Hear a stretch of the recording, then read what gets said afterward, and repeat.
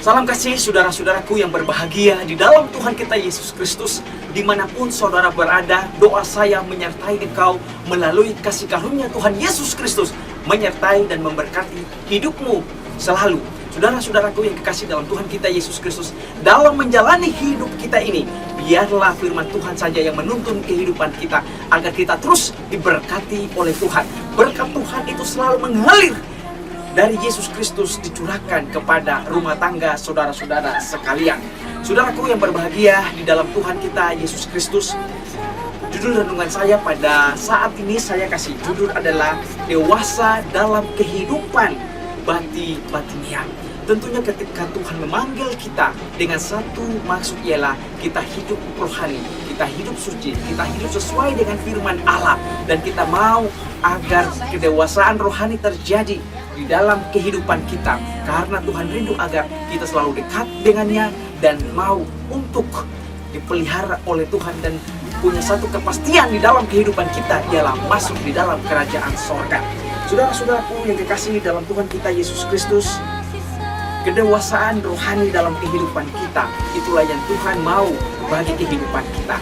Mari kita lihat salah satu tindakan yang dilakukan oleh seorang nabi pada saat itu, yaitu adalah namanya Ezra, yang dituliskan kisahnya di dalam buku Ezra, Ezra 7. Nah, di dalam Ezra 7, kalau kita baca perikop ini, maka kita dapati judulnya adalah Ezra diberi kuasa oleh raja untuk mengatur kebaktian di dalam rumah. Nah, saudara-saudaraku yang kekasih di dalam Tuhan kita Yesus Kristus, salah satu cerita yang paling menarik yang ada di dalam Alkitab ini, yang mana mengajarkan kepada kita, mengingatkan kepada kita bahwa Ezra dipilih untuk mengatur kebaktian dengan satu tujuan, menyembah Allah di dalam roh dan kebenaran. Di dalam Ezra 7 ayatnya yang ke-10, Ezra 7 ayat yang ke-10, satu tindakan yang dilakukan oleh Ezra pada saat itu, yaitu sebab Ezra telah bertekad untuk meneliti Taurat Tuhan dan melakukannya serta mengajar ketetapan dan peraturan di antara orang Israel. Nah, saudara-saudaraku yang dikasihi dalam Tuhan kita Yesus Kristus, ketika Ezra dipercayakan untuk mengatur kebaktian di dalam Ka'bah Allah, dan ada satu tekad yang dilakukan yang mau dibuat oleh Ezra adalah berketetapan untuk menuruti perintah Allah dan mengajarkannya kepada orang Israel. Melalui Ezra 7 ayat yang ke-10 ini, maka timbul pertanyaan bagi saudara dan saya, bagaimana standar kehidupan Kristiani itu yang batiniah, seorang yang beriman kepada Yesus Kristus? Apa standar kehidupan rohani kita bila mana kita percaya kepada Yesus Kristus? Yang pertama adalah kesediaan belajar firman Allah. Ezra saja memiliki tekad untuk menyelidiki firman Allah dan mentaati perintah Allah. Bagaimana dengan saudara dan saya? Apakah saudara terpanggil dan mau untuk memiliki kesediaan belajar akan firman Allah? Saudaraku, kita hidup di atas muka bumi ini. Kita tidak tahu apa yang terjadi dengan kehidupan kita. Mungkin ada yang baik datang kepada kita, ada yang buruk yang terjadi kepada kita, ada yang sedih dan ada yang senang yang terjadi, yang datang pada hidup kita. Tetapi apa yang perlu kita lakukan ialah memiliki kesediaan untuk belajar firman Allah. Karena firman Allah itu akan menuntun kehidupan kita. Firman Allah itu akan selalu memperbaiki kehidupan kita, supaya kita tahu itu dosa, supaya kita mengenal itu dosa dan tidak mau melakukan dosa dan hidup suci benar di hadapan Tuhan. Saudara-saudaraku yang kekasih di dalam Tuhan kita Yesus Kristus, ketika kita memiliki kesediaan untuk belajar firman Allah, maka kita harus mempunyai hati yang haus untuk belajar firman Allah. Ketika saudara haus, maka yang saudara butuhkan adalah air untuk diminum. Tentu air yang bersih, sehat, dan ketika saudara minum, maka itu akan memberikan kelegaan, akan memberikan penyegaran bagi diri kita. Karena kita membutuhkan air, Oleh sebab kita haus. Kita ini haus akan kebenaran firman Tuhan. Kita haus dan lapar akan firman Tuhan. Maka kita harus memiliki kesediaan untuk belajar firman Allah. Karena firman Tuhan itu akan menuntun kehidupan saudara kepada jalan keselamatan. Supaya saudara memperoleh kerajaan surga. Saudara dan saya tinggalkan dosa dan mau hidup baru dalam Tuhan. Dikuasai oleh firman Tuhan. Dan firman Tuhan itu akan memberkati kehidupan kita selalu. Saudaraku yang dikasihi di dalam Tuhan kita Yesus Kristus. Di dalam Mazmur 119 ayatnya yang ke-130, apa yang dikatakan di sana? Mazmur 119 ayatnya yang ke-130. Apa yang dikatakan di sana? Saya akan baca bagi saudara-saudara pemirsa yang dikasihi di dalam Tuhan kita Yesus Kristus, supaya firman ini akan memberkati kita. Mazmur 119 ayatnya yang ke-130, firman Tuhan berkata, bila tersingkap firman-Mu memberi terang, memberi pengertian kepada orang-orang bodoh. Firman Tuhan itu menerangi kehidupan kita. Orang yang tidak tahu apa-apa, yang tidak tahu tentang kebenaran, diajarkan oleh kebenaran, dan dia mengerti tentang kebenaran Tuhan melalui Alkitab, maka dia akan mengambil satu komitmen untuk datang pada Tuhan, mempercayai Yesus dalam kebenaran, mempercayai Yesus sebagai Tuhan Sang Juru Selamat yang akan menyelamatkan dia dan membawa dia untuk masuk dalam kerajaan surga ketika Yesus datang yang kedua kali. Saudara-saudaraku, firman itu selalu diungkapkan bagi siapapun itu. Dan firman itu akan memberi terang kita dalam kehidupan kita yang penuh dengan gelap, menerangi kita dalam kehidupan yang penuh gelap itu, supaya kita bisa melihat kebenaran Allah yang patut untuk kita teladani ketika Tuhan Yesus ada di atas muka bumi ini. Saudara-saudaraku yang kekasihi dalam Tuhan kita Yesus Kristus, punyalah hati yang haus untuk belajar tentang firman Allah. Karena firman Allah itu adalah terang yang menuntun kita kepada hal yang benar dan mengetahui hal yang salah, tinggalkan hal yang salah itu dan mau mengikuti hal yang benar. Saudara-saudara yang kekasih dalam Tuhan kita Yesus Kristus, kita harus memiliki kesediaan untuk belajar firman Allah. Nah, saudara-saudaraku, kita harus memiliki kerinduan untuk mendalami firman Allah. Saudara harus menyelidiki firman Allah dengan satu tujuan, supaya saudara mengerti apa maksud Tuhan, apa rencana Tuhan bagi dirimu, apa yang Tuhan mau kerjakan atas dirimu. Karena saudara tentu mau yang Tuhan kerjakan bagimu adalah terobosan-terobosan yang terbaik bagimu. Tuhan akan membuka jalan dari setiap pergumulan hidupmu, di dalam usahamu, mata pencarian dan pekerjaan, pendidikanmu dan karirmu. Saudara rindu agar ada terobosan yang terbaik Tuhan nyatakan bagimu. Saudara-saudaraku yang diberkati oleh Tuhan kita Yesus Kristus, ketika kita memiliki kerinduan untuk mendalami firman Allah, seperti yang dikatakan dalam 2 Timotius 2 ayatnya yang ke-15. Dalam 2 Timotius 2 ayatnya yang ke-15, apa yang dikatakan oleh Rasul Paulus kepada hamba Tuhan Timotius ini? 2 Timotius 2 ayatnya yang ke-15. Usahakanlah supaya engkau layak di hadapan Allah sebagai seorang pekerja yang tidak usah malu, yang berterus terang memberitakan perkataan kebenaran itu. Usahakanlah dirimu untuk apa? Mengerti firman Allah, mendalami firman Allah. Dan ketika saudara sudah tahu itu, maka saudara harus sampaikan bagi orang lain. Bersaksi, menginjil, itulah panggilan pelayanan yang Tuhan tugaskan bagi saudara dan saya. Usahakanlah dirimu supaya layak di hadapan Tuhan, dipakai oleh Tuhan luar biasa di dalam pelayanan. Saudara terpanggil untuk menjadi alat Tuhan, memberitakan kasih Tuhan kepada banyak orang, memberitahukan siapa Yesus bagi banyak orang. Jangan malu untuk menyaksikan, untuk mengabarkan Yesus kepada banyak orang. Tuhan akan menyanggupkan engkau dengan kuasa dari surga melalui Roh Kudus, sehingga saat engkau berkata, kata-kata penuh dengan kuasa, untuk memberkati orang dan untuk menobatkan orang. Ya, mungkin saudara saat menyampaikan firman Allah kebenaran kepada banyak orang, ada yang menerima dan ada yang tidak menerima. Tapi percaya bahwa kuasa Roh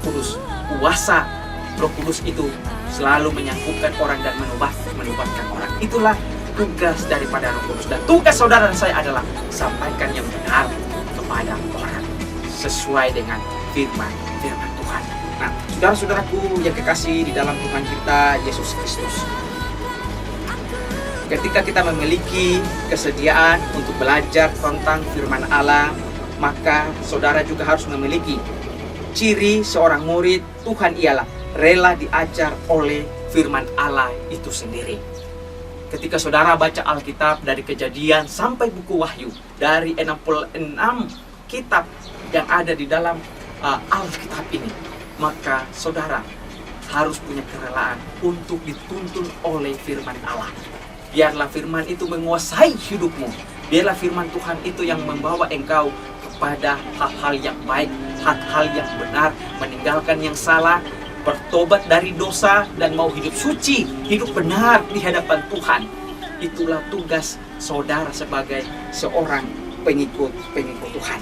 Saudara-saudaraku yang dikasihi di dalam Tuhan kita Yesus Kristus, bagaimana standar kehidupan batinia seorang yang beriman kepada Yesus Kristus? Yang kedua ialah tinggal di dalam firman Allah, menyimpan firman Allah dalam hatinya. Baca Alkitab, baca firman Tuhan, simpan di hati kita untuk jadi berkat bagi kita. Jangan pakai menyerang orang, jangan pakai menghakimi orang, tapi biarlah firman itu yang kita bisa terima untuk satu tujuan, menguatkan hidup saudara, menguatkan hidup kita untuk lebih setia dan lebih dekat. Itulah sebabnya selalu simpan firman yang saudara baca, firman yang saudara dengar melalui khotbah, melalui renungan dan sebagainya. Mazmur 119 ayatnya yang ke-11. Apa yang dikatakan di sana? Mazmur 119 ayatnya yang ke-11. Firman Tuhan berkata, dalam hatiku aku menyimpan janjimu, supaya aku jangan berdosa terhadap engkau. Dalam hati kita, biarlah kita menyimpan janji-janji Tuhan di dalam kehidupan kita. Janji Tuhan itu adalah ya dan amin. Dan ketika kita menyimpan akan firman Allah dalam hati kita, janji Tuhan bagi kita, maka kita selalu terhindar dari penggodaan. Kita terhindar dari melakukan dosa. Karena firman itu akan menguasai kehidupan kita, sehingga kita takut dengan dosa. Saudara-saudaraku yang kekasih dalam Tuhan kita Yesus Kristus,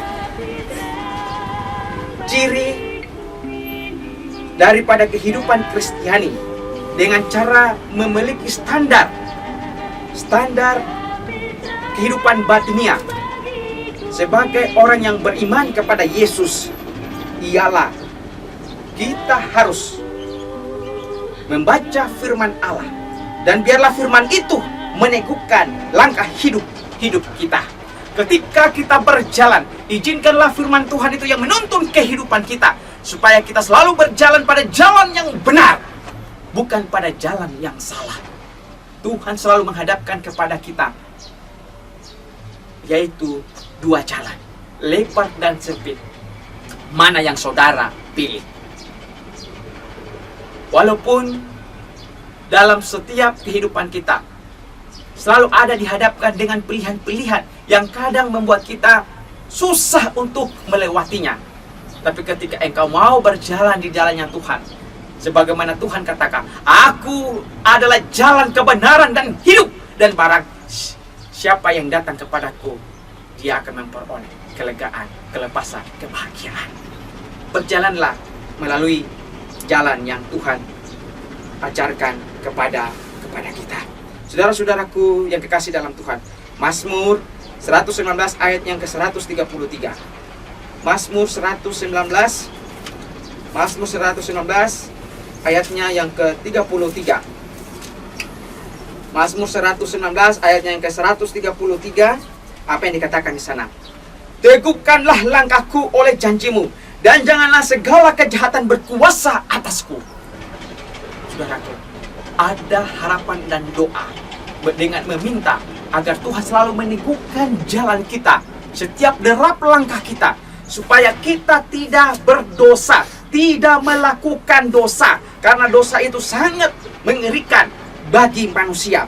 Dosa itu tidak baik bagi seseorang. Itulah kita berharap supaya Tuhan meneguhkan langkah kita oleh janjinya, supaya kita tidak berbuat kejahatan, dan kejahatan itu tidak berkuasa atas kehidupan kita. Saudara-saudaraku, Tuhan memanggil kita untuk menjadi saksinya. Tuhan memanggil kita untuk hidup sesuai dengan firman-Nya, berlaku yang baik, berkehidupan yang baik, nyatakan yang baik bagi tetanggamu dan bagi siapapun. Yang Tuhan ajarkan kepada kita adalah mau melakukan kebaikan kepada sesama umat manusia. Dan yang tidak boleh kita lakukan adalah kejahatan, karena kejahatan itu tidak baik bagi seseorang. Tuhan benci dengan yang namanya kejahatan. Saudara-saudaraku yang kekasih di dalam Tuhan kita Yesus Kristus, ketika firman Allah itu meneguhkan kehidupan kita, maka setiap derap langkah kehidupan kita itu selalu kita dapatkan yang terbaik bagi hidup kita.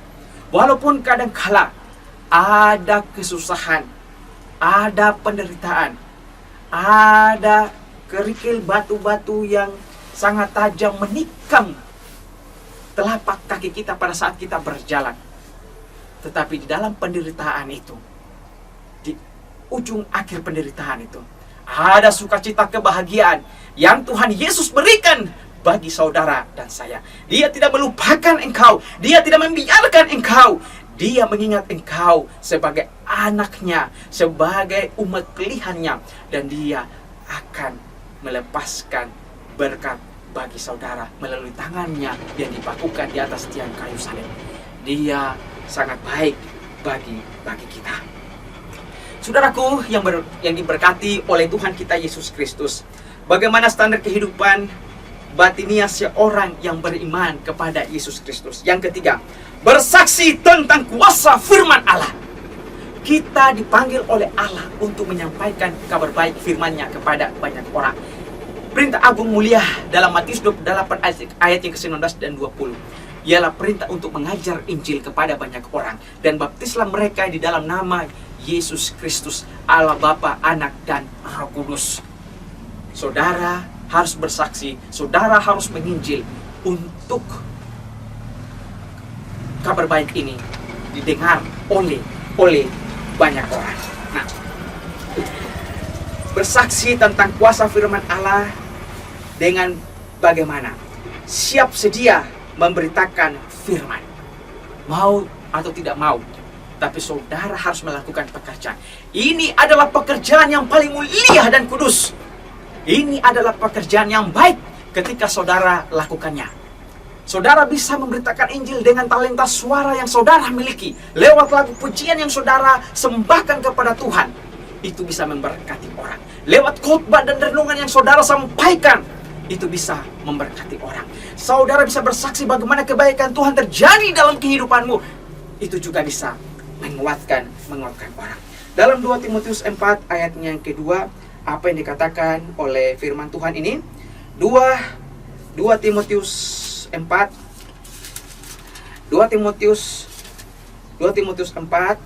di dalam 2 Timotius 4 ayatnya yang kedua dikatakan, beritakanlah firman, siap sedialah, baik atau tidak baik waktunya, nyatakanlah apa yang salah, tegurlah dan nasihatlah dengan segala kesabaran dan pengajaran. Siap atau tidak siap, saudara harus mau menyampaikan, beritakan Injil kepada orang. Katakan yang salah, yang dosa, yang benar. Beritakan kerajaan surga bagi banyak orang. Karena harapan kita ialah kita semua mau masuk di dalam kerajaan surga. Jadi saudara-saudaraku punya komitmen untuk mau terlibat di dalam penginjilan. Ini adalah tugas bagi kita semua. Siapapun itu yang ketika percaya Yesus sebagai juru selamat, maka dia harus melaksanakan perintah agung mulia Tuhan Yesus, yaitu kabarkan Injil. Matius 28 ayat yang ke-19 dan ayat yang ke-20. Saudara-saudara yang kekasih dalam Tuhan kita Yesus Kristus, izinkan firman itu menumbuhkan iman kita. Biarlah kita mau agar firman Tuhan itu selalu menumbuhkan tabiat karakter kita seperti sama dengan Kristus. Pada saat Yesus Kristus datang di atas muka bumi ini, dia melakukan banyak cara yang baik kepada banyak orang. Itulah sebabnya saudara dan saya harus siap sedia untuk melaksanakan, mau agar untuk menumbuhkan itu perintah Tuhan di dalam kehidupan iman percaya kita. Roma 10 ayat yang ke-17. Di dalam Roma 10 ayatnya yang ke-17. Roma 10 ayat yang ke-17, firman Tuhan berkata, jadi iman timbul dari pendengaran, dan pendengaran oleh firman Kristus. Firman Tuhan itu kita dengar melalui kuasa Yesus. Dan melalui kuasa Tuhan Yesus, kita bisa praktekkan itu firman Allah kepada banyak orang.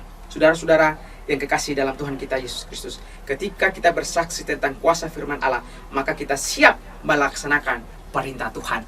Perintah Tuhan itu adalah 10 hukum. 10 hukum itulah yang sebagai cermin bagi kita untuk melihat kehidupan kita. Apakah saya berdosa di hadapan Tuhan ataukah saya hidup suci di hadapan Tuhan? Dan ketika kita jatuh di dalam dosa, maka 10 hukum itu mengingatkan kepada kita bahwa kita sudah berdosa. 10 hukum itu dibagi menjadi 2. Hukum 1 sampai hukum ke-4 adalah kasih kepada Allah di sorga.